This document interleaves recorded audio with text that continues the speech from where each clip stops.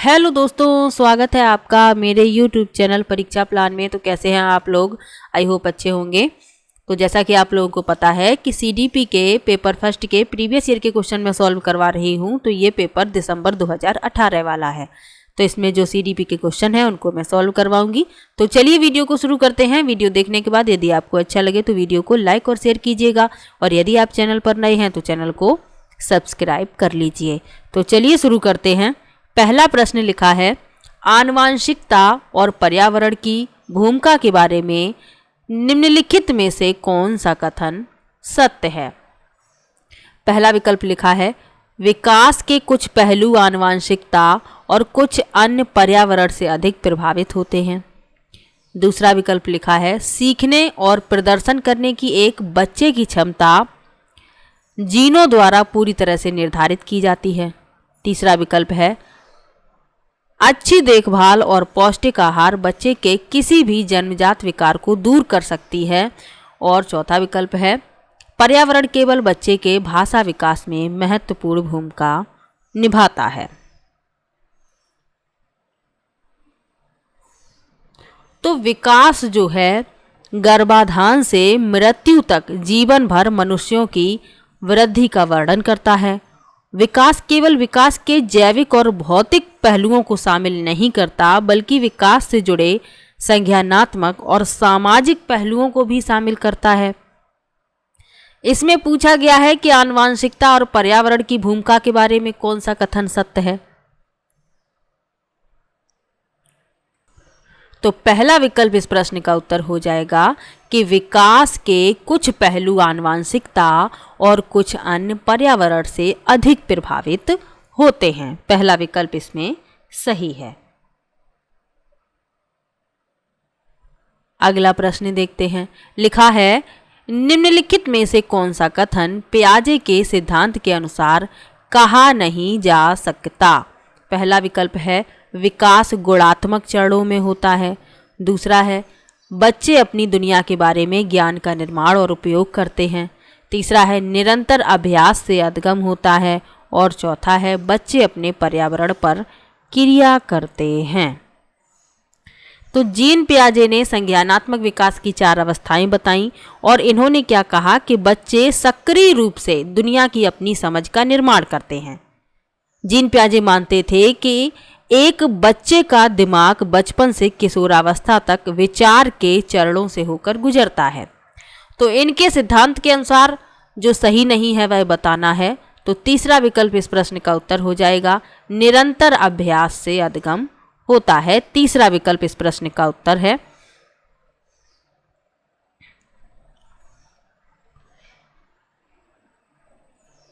तो ऐसा इन्होंने नहीं बताया, यानी इनके सिद्धांत में इन्होंने ये नहीं बताया कि निरंतर अभ्यास से अधिगम होता है।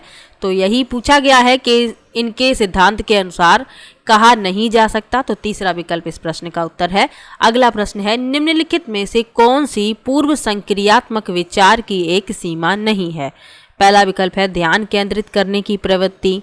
दूसरा विकल्प है, प्रतीकात्मक विचार का विकास। तीसरा है, अहमन्यता। और चौथा विकल्प है, अनुत्क्रमणीयता। तो इसमें पूछा गया है कि कौन सी पूर्व संक्रियात्मक विचार की सीमा नहीं है। तो जीन पियाजे ने संज्ञानात्मक विकास की 4 अवस्थाएं बताई हैं। तो पूर्व संक्रियात्मक विकास की जो अवस्था है, इसकी उम्र है 2 से 7 वर्ष।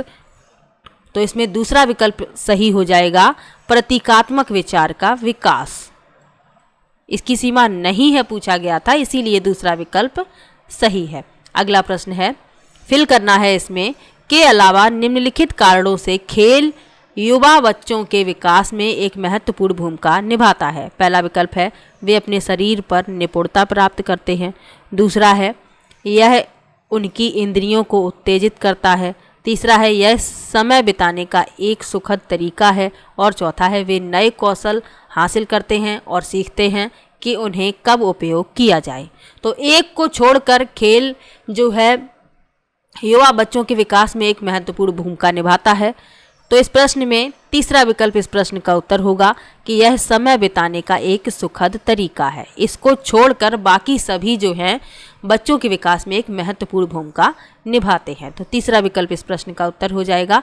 अगला प्रश्न है, निम्नलिखित में से कौन सा प्रश्न बच्चों को गंभीर रूप से सोचने के लिए आमंत्रित करता है? पहला विकल्प है, क्या आप इसका उत्तर जानते हैं? दूसरा है, सही जवाब क्या है? तीसरा है, क्या आप इसी तरह की स्थिति के बारे में सोच सकते हैं? और चौथा विकल्प है, विभिन्न तरीकों से हम इसे कैसे हल करें? तो इसमें पूछा गया है कि कौन सा प्रश्न बच्चों को गंभीर रूप से सोचने के लिए आमंत्रित करता है। तो चौथा विकल्प इस प्रश्न का उत्तर हो जाएगा कि विभिन्न तरीकों से हम इसे कैसे हल कर सकते हैं। तो बच्चे गंभीर रूप से सोचेंगे, चौथा विकल्प इस प्रश्न का उत्तर हो जाएगा। क्योंकि इसमें विभिन्न तरीके पूछे गए हैं, तो बच्चे विभिन्न तरीकों के बारे में सोचेंगे और अपने विचार प्रदर्शित करेंगे। अगला प्रश्न है, निम्नलिखित में से कौन सा विकल्प प्रगतिशील शिक्षा का सबसे अच्छा वर्णन करता है? पहला विकल्प है, करके सीखना, परियोजना विधि, सहयोग से सीखना। अगला विकल्प लिखा हुआ है, थीमेटिक इकाइयाँ, नियमित इकाई परीक्षण, रैंकिंग। दूसरा है, व्यक्तिगत अधिगम, क्षमता समूह बनाना, छात्रों की लेबलिंग। और चौथा विकल्प है, परियोजना विधि, क्षमता समूह बनाना और रैंकिंग। तो इसके पहले भी मैंने आपको ट्रिक बताई है कि विकल्प में से उत्तर को आप कैसे ढूंढ सकते हैं, क्योंकि कुछ ऐसे शब्द होते हैं यदि वो विकल्प में मिलें तो आप उस विकल्प को काट दीजिए। जैसे छात्रों के समूह बनाना, श्रेणियों में उनको बांटना, दंड देना, रट कर याद करवाना, ये सब प्रश्न के उत्तर नहीं होते हैं। तो इसमें लिखा है जैसे क्षमता समूह बनाना, गलत हो गया। क्षमता समूह बनाना, ये भी गलत हो गया। नियमित इकाई परीक्षण, रैंकिंग, ये भी नहीं होगा। तो पहला विकल्प इस प्रश्न का उत्तर हो जाएगा, करके सीखना, परियोजना विधि, सहयोग से सीखना।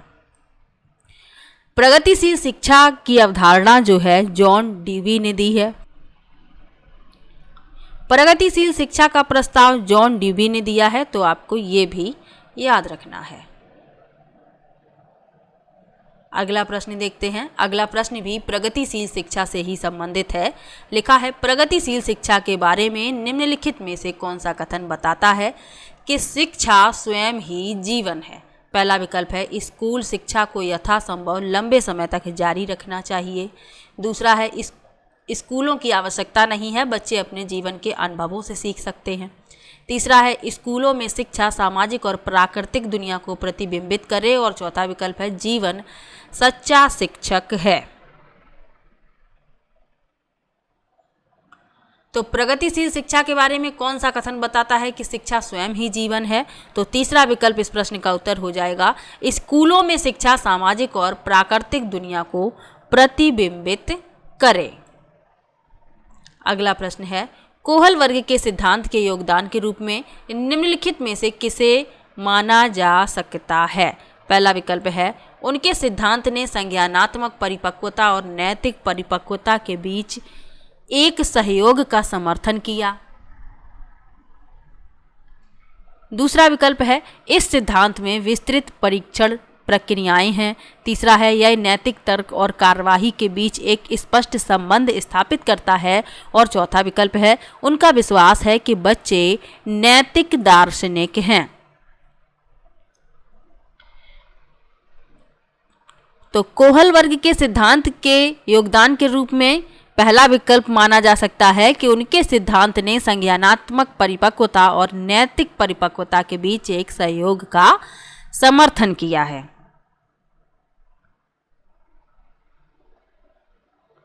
और कोहल वर्ग ने नैतिक विकास में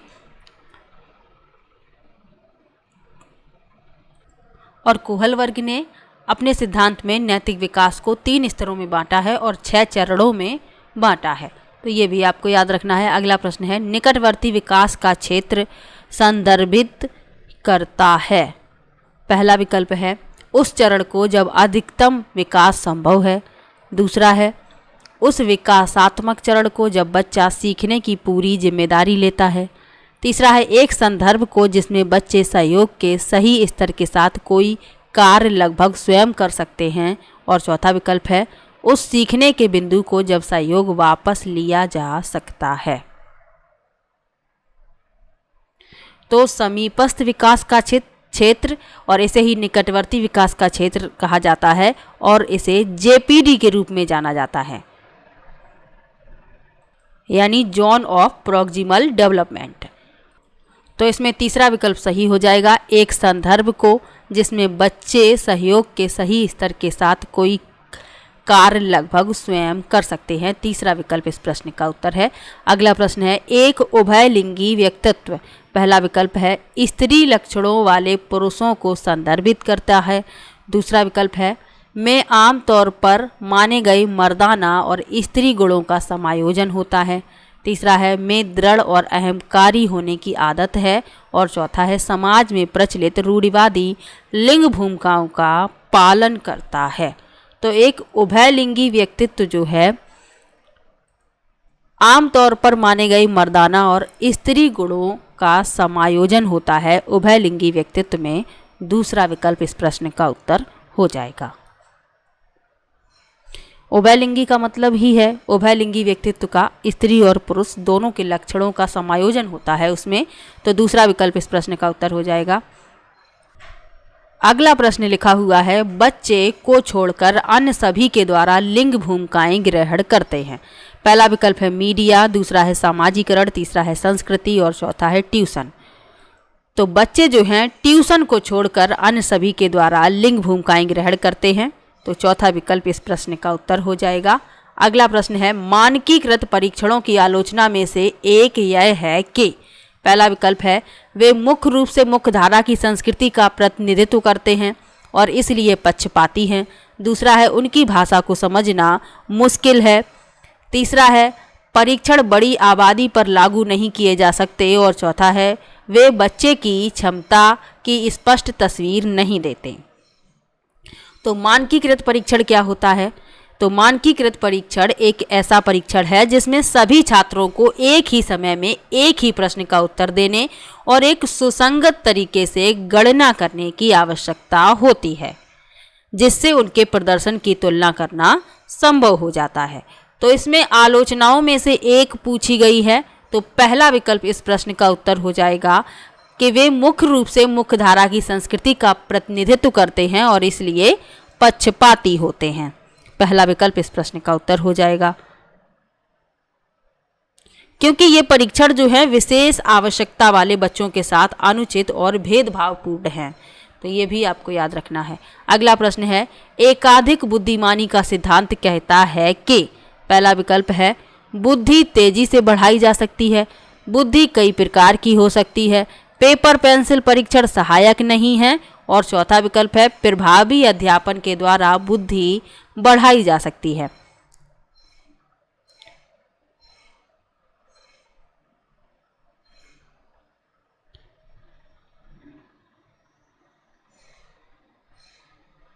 तो एकाधिक बुद्धिमानी का सिद्धांत जो है हार्वर्ड गार्डनर ने दिया है और इन्होंने क्या बताया है कि बुद्धि कई प्रकार की हो सकती है। तो दूसरा विकल्प इस प्रश्न का उत्तर हो जाएगा।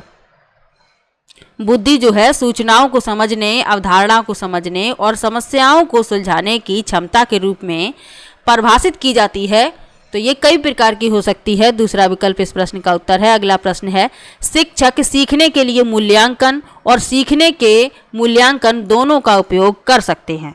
पहला विकल्प है बच्चों की प्रगति और उपलब्धि स्तर को जानने में, दूसरा है बच्चे की सीखने की ज़रूरतों को जानने में, तीसरा है आवधिक अंतरालों पर बच्चे के प्रदर्शन का आकलन करने और उनके प्रदर्शन को प्रमाणित करने में, और चौथा विकल्प है बच्चों की प्रगति की निगरानी करने और उनके सीखने के अंतराल को भरने के लिए उचित लक्ष्य निर्धारित करने में। तो आकलन जो होता है अधिगम की प्रक्रिया में सुधार के उद्देश्य के लिए जानकारी एकत्र करने, प्राप्त करने और उपयोग करने की एक प्रक्रिया है। तो शिक्षक सीखने के लिए मूल्यांकन और सीखने के मूल्यांकन दोनों का उपयोग कर सकते हैं बच्चों की प्रगति और उपलब्धि स्तर को जानने में। पहला विकल्प इस प्रश्न का उत्तर हो जाएगा। अगला प्रश्न है, निम्नलिखित में से कौन सा सतत और व्यापक मूल्यांकन से संबंधित नहीं है? पहला विकल्प है इसे भारत के शिक्षा के अधिकार अधिनियम द्वारा अनिवार्य किया गया है। दूसरा है यह शिक्षण अधिगम प्रक्रिया का एक अभिन्न अंग है। तीसरा है यह विभिन्न शिक्षा क्षेत्रों में बच्चे की उपलब्धि पर केंद्रित है। और चौथा है यह बच्चों को धीमे, खराब या बुद्धिमान के रूप में चिन्हित करने में उपयोगी होता है। तो आपको मैंने पहले ही बताया है कि बच्चों को चिन्हित नहीं करना है, बच्चों को सारणी में नहीं बांटना है, बच्चों को वर्गीकृत नहीं करना है कि ये अच्छे बच्चे हैं, ये कम होशियार हैं, ये होशियार हैं। तो इस तरीके के विकल्प उत्तर नहीं होते हैं। इसमें पूछा गया है कि कौन सा सतत और व्यापक मूल्यांकन से संबंधित नहीं है। तो चौथा विकल्प इससे संबंधित नहीं है कि यह बच्चों को धीमे, खराब और बुद्धिमान के रूप में चिन्हित करने में उपयोगी है। तो चौथा विकल्प इस प्रश्न का उत्तर हो जाएगा। अगला प्रश्न है बच्चों में प्रतिभाशालिता के कारण हो सकती है। पहला विकल्प है आनुवांशिकता और वातावरण के बीच एक अंतःक्रिया। दूसरा है एक संसाधन समृद्ध वातावरण। तीसरा है सफल माता पिता और चौथा है एक अनुशासित दिनचर्या।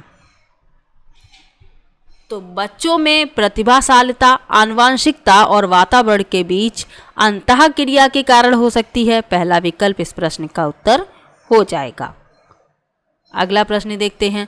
सामाजिक आर्थिक रूप से वंचित पृष्ठभूमि से आने वाले बच्चों को कक्षा के माहौल की आवश्यकता होती है जो, पहला विकल्प है उन्हें अच्छा व्यवहार सिखाता है।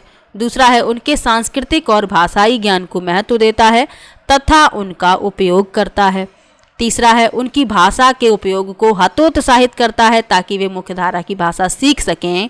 और चौथा है बच्चों को उनकी क्षमताओं के आधार पर वर्गीकृत करता है। अब वर्गीकृत करने वाला पहले ही काट दीजिए, हतोत्साहित करना ये भी नहीं होगा। उन्हें अच्छा व्यवहार सिखाता है, तो क्या वंचित पृष्ठभूमि के बच्चे अच्छा व्यवहार नहीं जानते हैं? वो तो पहले से भी अच्छा व्यवहार जानते हैं, तो उन्हें अच्छा व्यवहार सिखाता है, ये भी गलत हो जाएगा। दूसरा विकल्प इस प्रश्न का उत्तर हो जाएगा उनके सांस्कृतिक और भाषाई ज्ञान को महत्व देता है तथा उनका उपयोग करता है। दूसरा विकल्प इस प्रश्न का उत्तर है। अगला प्रश्न है कक्षा में सृजनात्मक और प्रतिभाशाली बच्चों के लिए आवश्यक हस्तक्षेप निर्भर करता है। पहला विकल्प है शिक्षक द्वारा अनुकूलित और प्रेरक निर्देशन तरीकों के उपयोग पर। दूसरा है उन्हें अतिरिक्त समय दिए जाने पर। तीसरा है उनके प्रति स्नेही होने के नाते पर। और चौथा है उन्हें अन्य बच्चों को पढ़ाने की जिम्मेदारी देने पर। तो इस प्रश्न में पहला विकल्प सही है। कक्षा में सृजनात्मक और प्रतिभाशाली बच्चों के लिए आवश्यक हस्तक्षेप निर्भर करता है शिक्षक द्वारा अनुकूलित और प्रेरक निर्देशन के तरीकों के उपयोग पर। पहला विकल्प इस प्रश्न का उत्तर है। अगला प्रश्न है अति संवेदनशील बच्चों को सीखने में मदद करने के लिए निम्नलिखित में से कौन सा तरीका उपयुक्त नहीं है? पहला विकल्प है एक कार्य को छोटे प्रबंधनीय खंडों में तोड़ना। दूसरा है अधिगम के वैकल्पिक तरीकों की पेशकश। तीसरा है उनके दैनिक कार्यक्रम में शारीरिक गतिविधि का समावेश। और चौथा है बेचैन होने पर अक्सर उन्हें फटकार लगाना। तो इसमें कहा गया है कि अति संवेदनशील बच्चों को सीखने में मदद करने के लिए कौन सा तरीका उपयुक्त नहीं है? तो चौथा विकल्प इस प्रश्न का उत्तर होगा कि बेचैन होने पर अक्सर उन्हें फटकार लगाना। तो यदि बच्चा बेचैन है, आप उसकी फटकार लगा देंगे, उसे डांट देंगे, तो बच्चा जो है हीन भावना से ग्रसित हो जाएगा। उसे डांटना नहीं है, उसको समझना है, उसके विचारों को समझना है और उसे प्रेरित करना है, प्रोत्साहन देना है। तो इसमें जो तरीका नहीं है पूछा गया था, इसीलिए चौथा विकल्प इस प्रश्न का उत्तर है। अगला प्रश्न दिया गया है अलग अलग सोच वाले पैटर्न उन बच्चों की पहचान करते हैं जो, पहला विकल्प है विकलांग हैं। दूसरा है डिसलेक्सिक हैं। तीसरा है सृजनात्मक हैं। और चौथा है प्रत्यास्थी हैं। तो अलग अलग सोच वाले पैटर्न उन बच्चों की पहचान करते हैं जो सृजनात्मक हैं, क्रिएटिव हैं। तीसरा विकल्प इस प्रश्न का उत्तर हो जाएगा। निम्नलिखित में से कौन सा शिक्षक द्वारा कक्षा में बच्चों के लिए समस्या हल करने के तरीकों का वर्णन नहीं कर सकता? पहला विकल्प है किसी विशेष समस्या को हल करने के बारे में अपनी विचार प्रक्रियाओं पर चर्चा करना। दूसरा है कुछ हल करते समय गलतियों को करने के प्रति ईमानदार रहना। तीसरा है सोच विचार परीक्षण और विभिन्न उत्तरों जैसी शब्दावली का प्रयोग करना। और चौथा है अभिसरण उत्तरों वाले प्रश्न पूछना। तो इसमें कहा गया है कि समस्या हल करने के तरीकों का वर्णन नहीं कर सकता है। तो अभी सरल उत्तरों वाले प्रश्न पूछना चौथा विकल्प इस प्रश्न का उत्तर हो जाएगा।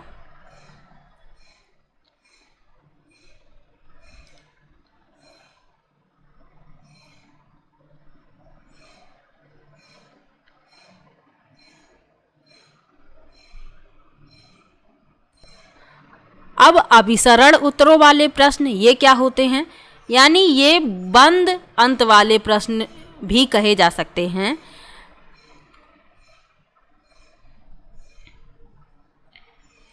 तो इसीलिए चौथा विकल्प इस प्रश्न का उत्तर हो जाएगा।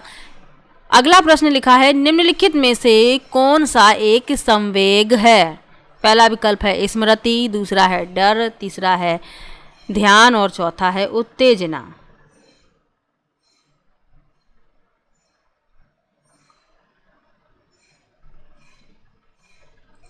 तो मूल संवेग कौन कौन से होते हैं? क्रोध, घृणा, खुशी, भय, उदासी और आश्चर्य। तो दूसरा विकल्प इस प्रश्न का उत्तर हो जाएगा भय यानी डर। अगला प्रश्न है, एक 3 साल का बच्चा बताता है कि दूध बूथ पर एक मशीन द्वारा दूध का उत्पादन होता है। निम्नलिखित में से कौन सा बच्चे की समझ का सबसे अच्छा स्पष्टीकरण प्रदान करता है? पहला लिखा है, बच्चे को दुनिया का बहुत सीमित ज्ञान है। दूसरा है, बच्चे का जवाब दूध बूथ से दूध खरीदने के अपने अनुभव पर आधारित है। तीसरा है, बच्चे ने गायों को कभी नहीं देखा है। और चौथा है, बच्चे का परिवार बच्चे को प्रेरक वातावरण प्रदान नहीं करता है। अब बच्चा क्या कह रहा है? 3 साल का बच्चा है, दूध बूथ पर एक मशीन द्वारा दूध का उत्पादन होता है, बच्चा बता रहा है। तो बच्चा जो है, बच्चे का जो जवाब है दूध बूथ से दूध खरीदने के अपने अनुभव पर आधारित है। जैसा उसने देखा है वैसा ही वह बताता है। दूसरा विकल्प इस प्रश्न का उत्तर हो जाएगा। अगला प्रश्न है, निम्नलिखित में से कौन सा शिक्षक की भूमिका का सबसे अच्छा वर्णन करता है? पहला विकल्प है, कक्षा में शिक्षक की सबसे महत्वपूर्ण भूमिका अनुशासन बनाए रखना है। दूसरा विकल्प है, एक शिक्षक को निर्धारित पाठ्यक्रम का पालन करना चाहिए। तीसरा है, पाठ्यक्रम को समय पर पूरा करने के साथ साथ दोहराने के लिए पर्याप्त समय देना महत्वपूर्ण है। और चौथा है, आराम के लिए जगह बनाना जहां बच्चे संवाद और पूछताछ के माध्यम से सीखते हैं। तो शिक्षक की भूमिका का सबसे अच्छा वर्णन करता है चौथा विकल्प कि आराम के लिए जगह बनाना, यानी आरामदायक स्थान बनाना जहां बच्चे संवाद और पूछताछ के माध्यम से सीखते हैं। चौथा विकल्प इस प्रश्न का उत्तर है। अगला प्रश्न है, निम्नलिखित में से कौन सी कक्षा समृद्ध शिक्षा को प्रोत्साहित करती है? पहला विकल्प है, वह कक्षा जिसमें प्रदर्शित विभिन्न प्रकार की सामग्री बच्चों की पहुंच से परे हो ताकि सामग्री लंबे समय तक चलती रहे। दूसरा है, वह कक्षा जिसमें खुली गतिविधि कोने हों और विभिन्न प्रकार के बाल साहित्य खुली ताक में रखी हों जो दिन के किसी भी समय प्राप्त किए जा सकें। तीसरा विकल्प है, अलमारी में अच्छी तरह संगठित सामग्री वाली कक्षा जहां सामग्री को सप्ताह में एक बार मुक्त खेल के लिए बाहर लाया जा सकता हो। और चौथा विकल्प है, पाठ्य पुस्तक सामग्री द्वारा संचालित संरचित और योजनाबद्ध अधिगम वाली कक्षा। तो कौन सी कक्षा समृद्ध शिक्षा को प्रोत्साहित करती है? दूसरा विकल्प इस प्रश्न का उत्तर हो जाएगा, वह कक्षा जिसमें खुली गतिविधि कोने हों और विभिन्न प्रकार के बाल साहित्य खुली ताक यानी सेल्फ में रखी हों जो दिन के किसी भी समय प्राप्त किए जा सकें। दूसरा विकल्प इस प्रश्न का उत्तर है। अगला प्रश्न है, निम्नलिखित में से कौन सा कक्षा में पाठ्य पुस्तकों की भूमिका का सबसे अच्छा वर्णन करता है? पहला विकल्प है, वे कक्षा में उपलब्ध संसाधन और संदर्भ सामग्री में से एक है। दूसरा है, वे एक राज्य या राष्ट्र में अधिगम में एक रूपता बनाए रखते हैं। तीसरा है, वे अध्ययन के पाठ्यक्रम के बारे में शिक्षकों और माता पिता को मार्गदर्शन प्रदान करते हैं। और चौथा है, वे संसाधन रहस्य संदर्भ में सबसे आवश्यक अधिगम संसाधन बनाते हैं। तो इसमें पूछा गया है कि कौन सा कक्षा में पाठ्य पुस्तकों की भूमिका का सबसे अच्छा वर्णन है। तो पहला विकल्प इस प्रश्न का उत्तर हो जाएगा, वे कक्षा में उपलब्ध संसाधन और संदर्भ सामग्री में से एक हैं।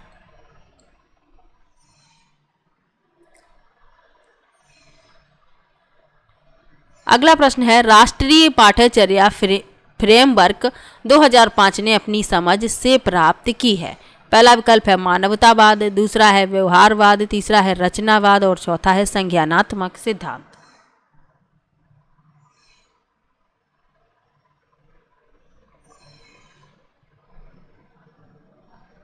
तो राष्ट्रीय पाठ्यचर्या फ्रेमवर्क 2005 ने अपनी समझ रचनावाद से प्राप्त की है।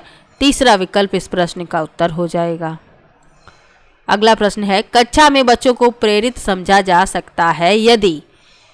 पहला विकल्प है वे अच्छी तरह से वर्दी पहने स्कूल में आते हैं, दूसरा है वे कक्षा में अनुशासन बनाए रखते हैं, तीसरा है वे सभी उपस्थिति में नियमित हैं और चौथा है वे शिक्षक से स्पष्टीकरण प्राप्त करने के लिए प्रश्न पूछते हैं। तो यदि बच्चों को प्रेरित समझा जाए तो आप ये जान लीजिए कि वे शिक्षक से स्पष्टीकरण प्राप्त करने के लिए प्रश्न पूछते हैं और शिक्षक उनके प्रश्नों का उत्तर भी देता है। तो चौथा विकल्प इस प्रश्न का उत्तर हो जाएगा। अगला प्रश्न है, निम्नलिखित में से कौन सा बच्चों में अधिगम में सुधार के लिए सबसे अधिक उपयुक्त है? पहला विकल्प है नियमित मूल्यांकन परीक्षा आयोजित की जानी चाहिए, दूसरा है शिक्षक को विभिन्न उदाहरणों और चित्रों का उपयोग करके विषय की व्याख्या करनी चाहिए, तीसरा है कक्षा में सभी प्रकार की शिक्षण सामग्री होनी चाहिए और चौथा है शिक्षक को वास्तविक जीवन स्थितियों पर बच्चों को एक दूसरे के साथ बातचीत करने में मदद करनी चाहिए। तो बच्चों में अधिगम में सुधार के लिए सबसे उपयुक्त है कि शिक्षक को वास्तविक जीवन स्थितियों पर बच्चों को एक दूसरे के साथ बातचीत करने में मदद करनी चाहिए। चौथा विकल्प इस प्रश्न का उत्तर हो जाएगा। आखिरी प्रश्न है, अनुशासन जो अधिगम वातावरण में एक महत्वपूर्ण भूमिका निभाता है किस तरह की मदद करता है? पहला विकल्प है बच्चों को अपनी शिक्षा को विनियमित और मॉनिटर करने के लिए, दूसरा है चुप्पी साधे रहने के लिए, तीसरा है शिक्षकों को निर्देश देने में और चौथा है बच्चों को उनके पाठ रट कर याद करने में। तो रटने वाला पहले ही काट दीजिए, 3 विकल्प बचते हैं। तो अनुशासन जो अधिगम वातावरण में एक महत्वपूर्ण भूमिका निभाता है किस तरह की मदद करता है? तो बच्चों को अपनी शिक्षा को विनियमित और मॉनिटर करने के लिए पहला विकल्प इस प्रश्न का उत्तर हो जाएगा। तो ये पेपर जो था ये दिसंबर 2018 वाला था। इसमें CDP के जो क्वेश्चन थे उनको मैंने सॉल्व करवा दिया है। किसी भी प्रश्न में आपको डाउट हो तो आप कमेंट बॉक्स में ज़रूर लिखिएगा। मिलते हैं नेक्स्ट वीडियो में, तब तक के लिए बाय बाय।